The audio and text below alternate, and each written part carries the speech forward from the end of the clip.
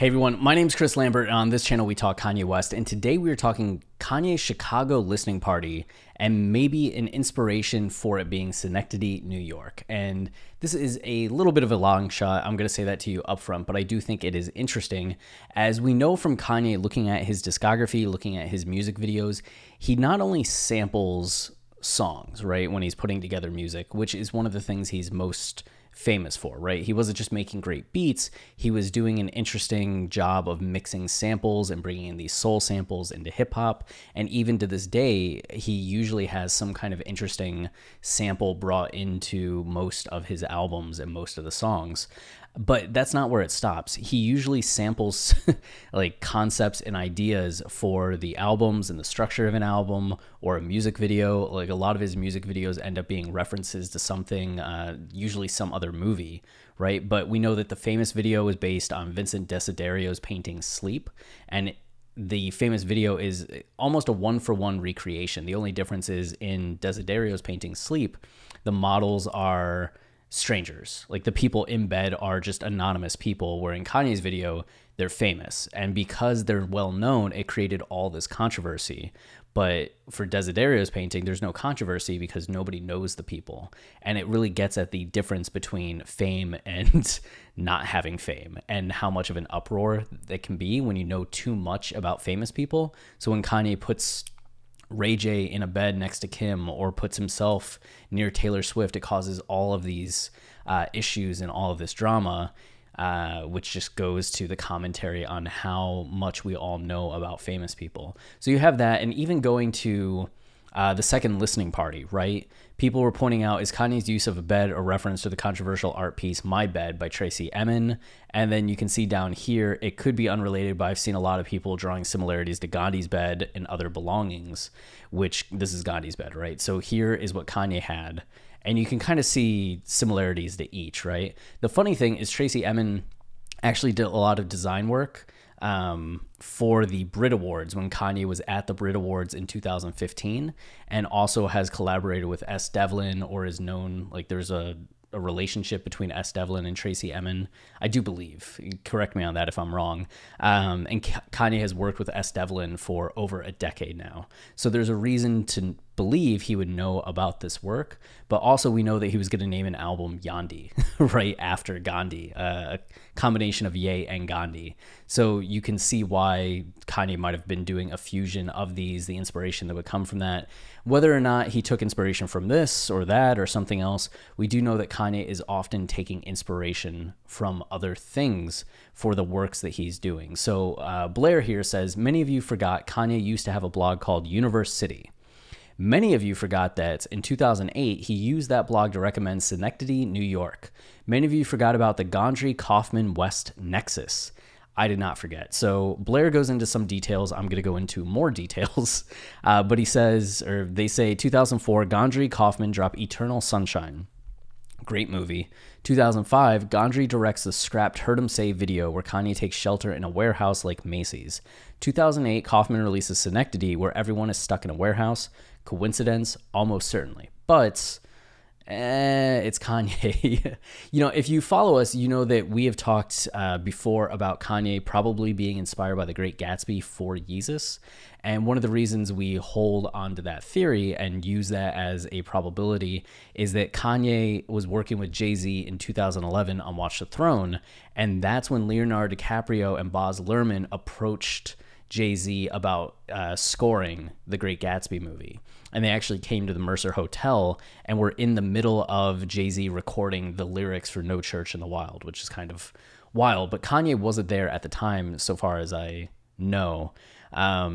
But you could imagine that Kanye working that closely with Jay over the course of putting the album together, the release, and then the tour that they went on, that overlap with Jay-Z starting to do work for The Great Gatsby, with No Church in the Wild even being used in the promotional material for The Great Gatsby, that at some point Kanye would have been talking with Jay about what The Great Gatsby is about, doing more research into it, and you can see a lot of overlap between Gatsby and Yeezus, which we've made a video on before. I may link to it. You can just search Great Gatsby Yeezus, and our video on it will come up. There's also something for like the iceberg video that's going to have more details on that as well. But this is another situation where Kanye worked closely with many people that were involved in this movie around the time that this movie came out, as Blair already pointed out.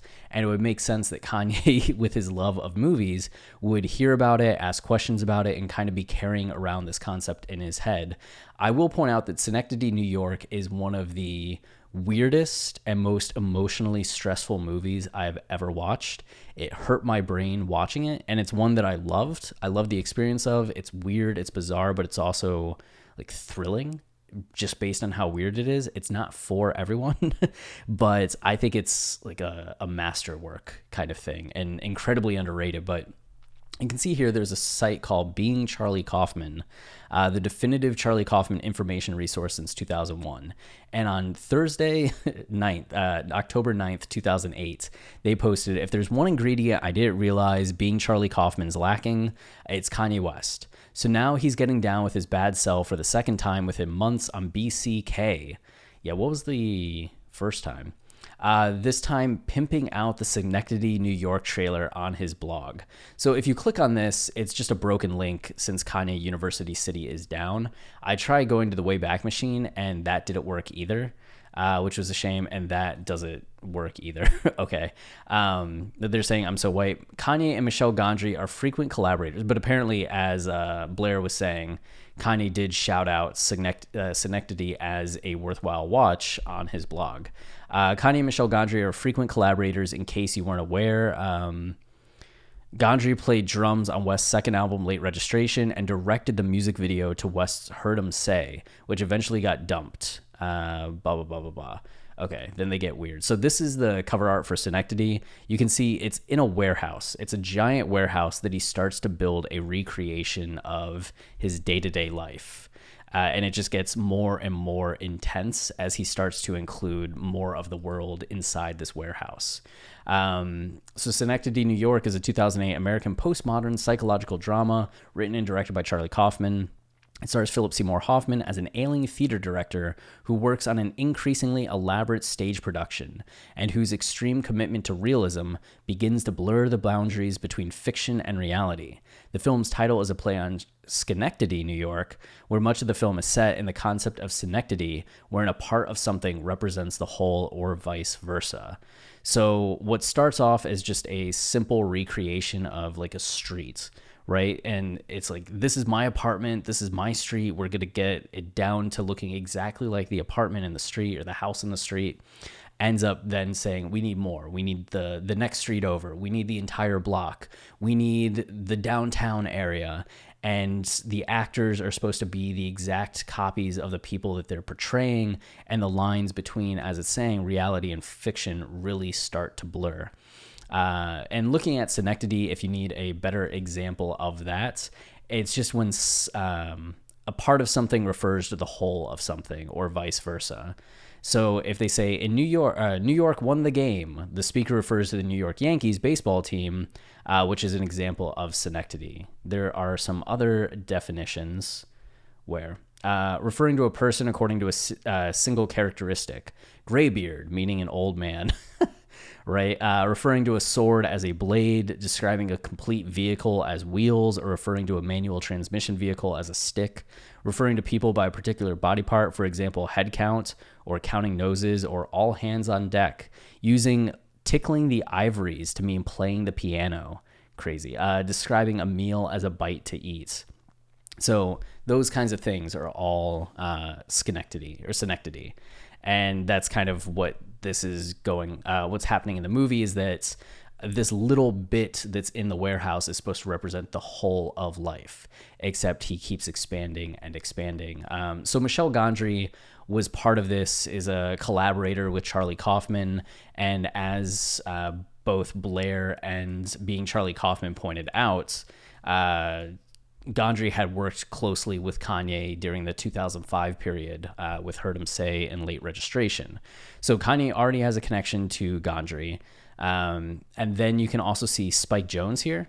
And Spike Jonze worked with Kanye a ton. He directed the Flashing Lights music video in 2008. And then also in 2008, he went on to direct We Were Once a Fairy Tale. I guess it was 2009 it came out, which was the short film starring Kanye that has the song, what was it? See You in My Nightmares playing in the background. So it's essentially a short film made for 808s and Heartbreak.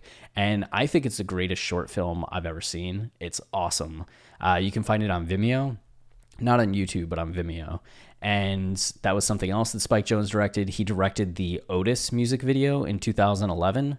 Yeah, and then he also directed the Only One music video in 2015, 2014, 2015. So he has worked a lot with Kanye, but especially in that period, he was working with Kanye a ton. So can you imagine Kanye talking with Spike Jonze as they're collaborating on Flashing Lights, as they're collaborating on We Were Once a Fairy Tale about this movie, Synecdoche, New York, and getting into all the details of it. And I'm pretty sure Kanye loves Eternal Sunshine of the Spotless Mind, which Gondry and Kauffman were also involved in.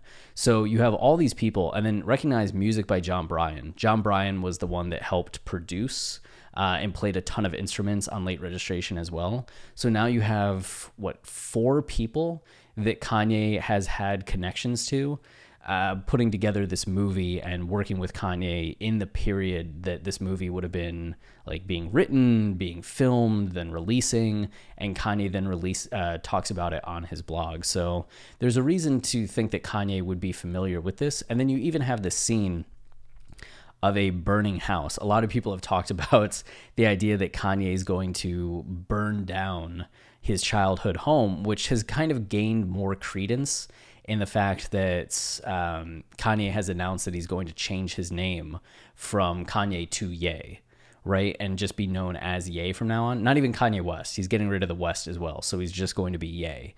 And this idea of destroying the old you in order to move on, like closing that chapter of your life. There's just something to that people are starting to have this idea of like burning the house down or destroying the house. And in Synecdoche, you do have a burning house. The movie does end in calamity with everything kind of falling apart. So yeah, we also know that like There Will Be Blood is one of Kanye's favorite movies, and there the oil rig catches on fire at one point in time. A lot of people are really expecting fire. We'll see. I mean, building all of that, it would be a shame to set it on fire, but it would also be amazing to set it on fire. But you do wonder if Synecdoche was at least part of the inspiration of recreating his childhood home and adding this degree of realism, and how we'll see Kanye deal with this. Could he have another version of himself, like walking through, so he's directing a version of Kanye and you just have this duality of the man? Is there going to be parts where Kanye's in the mask and parts where he takes the mask off? Is he going to burn the house down and then take the mask off and really have it be this symbolism of, Kanye as you know him is done, and that's who was wearing the mask all these months. Now I'm Ye, etc., etc. We'll see, but it has my attention, and Synecdoche is just a movie that's worth talking about, and I think the connections between that movie and Kanye, whether they end up being meaningful for this, are at least interesting history to know about, right? So I think that's it for this video. If you are enjoying the channel and you want to support us, the easiest way is to like, comment, and subscribe, as any of those things tell YouTube this is a channel people enjoy, and then they show it to others, which goes a long way in supporting us. I want to thank the newest members to the Yeezuses membership level, Ilyasa Adi and Jonas Klaus. Thank you very much for supporting us through the membership. If you viewer would also like to support us through the membership, you can just look below the video and there's a join button, and there's a couple levels that get different perks. So we also have our podcast, Watching the Throne, a lyrical analysis of Ye. Do we have to change the title? Maybe. So that's it for this video. Until next time, stay wavy and keep it loopy. Cheers.